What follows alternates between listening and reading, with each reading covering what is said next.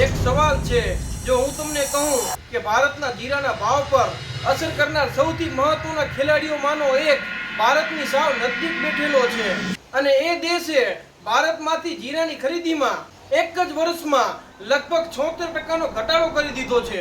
હા મિત્રો, હું વાત કરી રહ્યો છું ચીનની. પરંતુ સવાલ એ છે કે ચીને ભારતમાંથી જીરું ખરીદવાનું ઓછું કેમ કરી દીધું? શું ચીનમાં જીરાનું ઉત્પાદન એટલું વધી ગયું છે કે તેને ભારતના જીરાની જરૂર નથી? શું ચીન પોતાનું જીરું બીજા દેશોમાં પણ વેચી રહ્યું છે? અને સૌથી મોટો સવાલ, શું ચીનની આ એક ચાલના કારણે ભારતીય જીરાના ભાવ ઉપર દબાણ આવી રહ્યું છે? આજે આ વિડીયોમાં આપણે એક એક આંકડા સાથે આખું ચાઇના અને જીરાનું કનેક્શન સમજવાના છીએ અને છેલ્લે હું તમને એ પણ સમજાવીશ કે જો ચીનની ખરીદી ફરીથી વધે તો ભારતીય જીરા ઉપર તેની શું અસર પડી શકે છે. સૌથી પહેલા એ સમજીએ કે ચીન ભારતના જીરાના બજાર માટે આટલું મહત્વનું કેમ છે.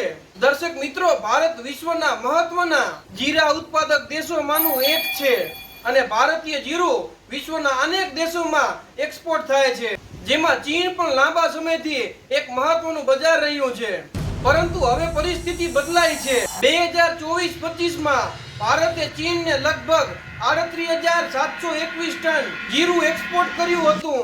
પરંતુ વર્ષ 2025-26 માં જીરાની નિકાસનો આંકડો ઘટીને માત્ર 9,271 રહી ગયો છે. એટલે કે ભારતના જીરાની ચીનની નિકાસમાં લગભગ 76% સીધો ઘટાડો નોંધાયો છે. દર્શક મિત્રો, વિચાર કરો, જે દેશ ભારત પાસેથી 38,000 ટનથી વધુ જીરું ખરીદતો હતો, એ જ દેશ એક વર્ષ પછી 10,000 ટનથી પણ ઓછું જીરું ખરીદે તો તેની અસર ભારતીય એક્સપોર્ટ માર્કેટમાં થવાની સ્વાભાવિક જ છે ને. પણ ચીનને ભારતમાંથી ઓછું જીરું ખરીદવાની જરૂર કેમ પડી? અહીંથી આખી વાર્તાનો સૌથી મહત્વનો ભાગ શરૂ થાય છે. દર્શક મિત્રો, ચીનમાં છેલ્લા સમયગાળામાં જીરાની સ્થાનિક ઉપજ ખૂબ જ મજબૂત રહી હોવાનું ટ્રેડ સોર્સિસ જણાવી રહ્યા છે. ઉપલબ્ધ અહેવાલો મુજબ ચીનનું જીરાનું ઉત્પાદન અંદાજે 85,000 થી 90,000 ટન સુધી પહોંચ્યું હતું. હવે એક સરળ વાત સમજો. ધારો કે કોઈ એક દેશને દર વર્ષે મોટી માત્રામાં જીરાની જરૂર પડે છે અને જો પોતાના દેશમાં પૂરતું ઉત્પાદન ના થાય તો તેને ભારત જેવા દેશોમાંથી જીરાને ઇમ્પોર્ટ કરવું પડે છે. પરંતુ જો એ જ દેશમાં જીરાનું ઉત્પાદન ખૂબ સારું થઈ જાય તો બહારથી ખરીદી કરવાની જરૂરિયાત ઘટી જાય છે. ખેડૂત ભાઈઓ, ચીન સાથે હાલમાં કંઈક આવું જ જોવા મળી રહ્યું છે. ચીનની મજબૂત સ્થાનિક ઉપજના કારણે તેને ભારતના જીરાની ઇમ્પોર્ટ રિક્વાયરમેન્ટ ઘટી છે અને પરિણામે ભારતમાંથી ચીનની જીરાની ખરીદી 76% જેટલી ઘટી ગઈ છે. મિત્રો, હવે સૌથી મહત્વની વાત, એક ખેડૂત પૂછે છે કે ચીન ઓછું જીરું ખરીદે છે તો તેની મારા જીરાના ભાવ ઉપર અસર કેવી રીતે આવે? તો જવાબ છે ડિમાન્ડ એન્ડ સપ્લાય. ભાઈઓ, આ માર્કેટનો સૌથી મૂળભૂત નિયમ છે.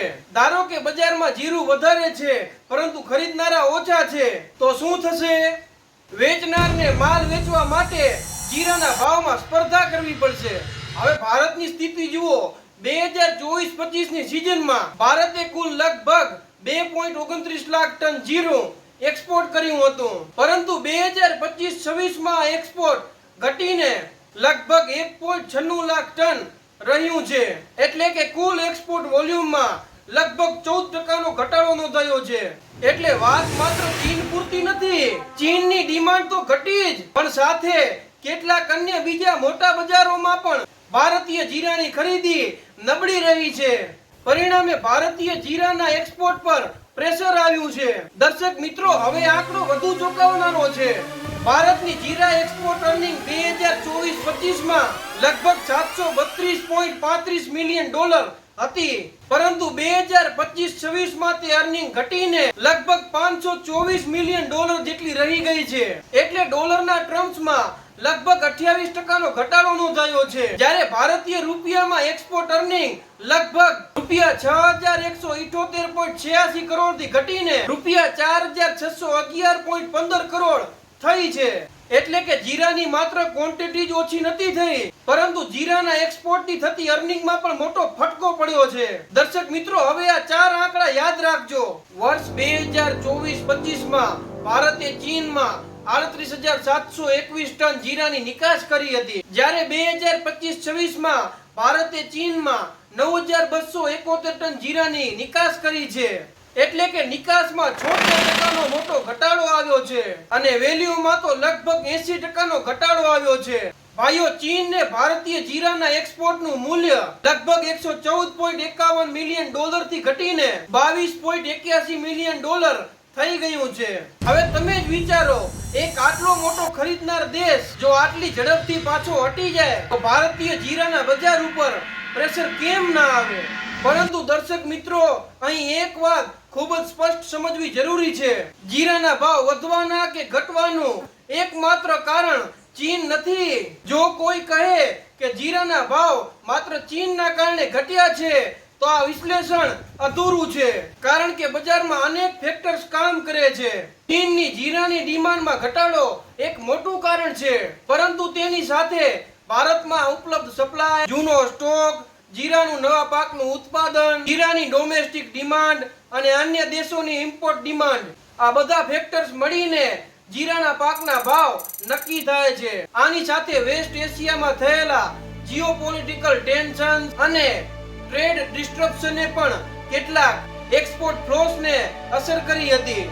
એટલે ચીન એક મોટો ફેક્ટર છે, પણ એકમાત્ર ફેક્ટર નથી. ખેડૂત ભાઈઓ, હવે આવે છે સૌથી ઇન્ટરેસ્ટિંગ મુદ્દો કે અત્યાર સુધી આપણે ચીનને માત્ર એક ખરીદદાર તરીકે જોયું હતું, પરંતુ જો ચીન પોતાનું ઉત્પાદન વધારે અને પોતાની જરૂરિયાત કરતા વધારે સપ્લાય ઉપલબ્ધ થાય તો શું એ જીરાની સપ્લાય ઇન્ટરનેશનલ માર્કેટમાં આવી શકે છે? ભાઈઓ, અહીંથી ભારત માટે કોમ્પિટિશનનો મુદ્દો ઊભો થાય છે, કારણ કે જીરાના ખરીદદાર દેશો માટે હવે માત્ર એક જ વિકલ્પ નથી. તે ભારત ઉપરાંત તુર્કી, સિરિયા, ચાઇના અને ઇજિપ્ત જેવા બીજા પ્રોડ્યુસિંગ કન્ટ્રીઝમાંથી પણ જીરું ખરીદી શકે છે.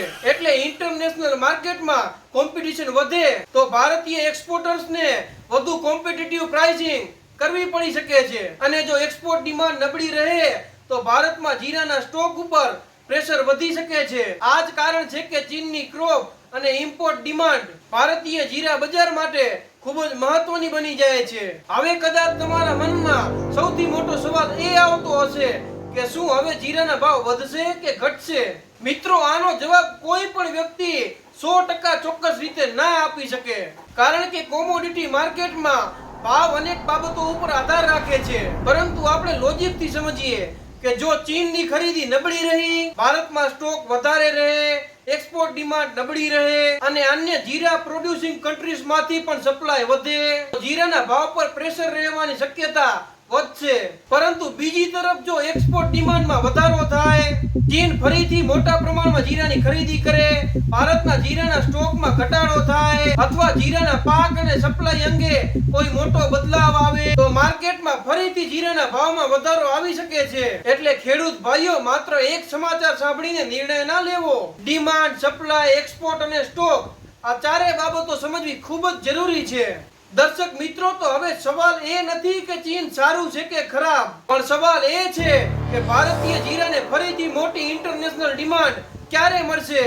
કારણ કે ભારત પાસે સારી ગુણવત્તા વાળું જીરું છે, ભારત પાસે મોટું ઉત્પાદન છે, ભારત પાસે એક્સપોર્ટ માર્કેટ છે, પરંતુ માર્કેટમાં ભાવ ત્યારે મજબૂત બને જ્યારે ખરીદદારો સામે સપ્લાય સંતુલિત રહે, અને આ બેલેન્સ માટે ચીનનું સ્થાન ખૂબ જ મહત્વનું છે. દર્શક મિત્રો, જો આખી વાતને માત્ર એક વાક્યમાં સમજવી હોય તો ચીને ભારતીય જીરું ખરીદવાનું બંધ નથી કર્યું, પરંતુ ચીનની પોતાની મજબૂત સ્થાનિક ઉપજના કારણે ભારત પાસેથી તેની ખરીદીમાં લગભગ 76% મોટો ઘટાડો થયો છે. 38,721 ટન જીરાથી સીધું 9,271 ટન જીરું.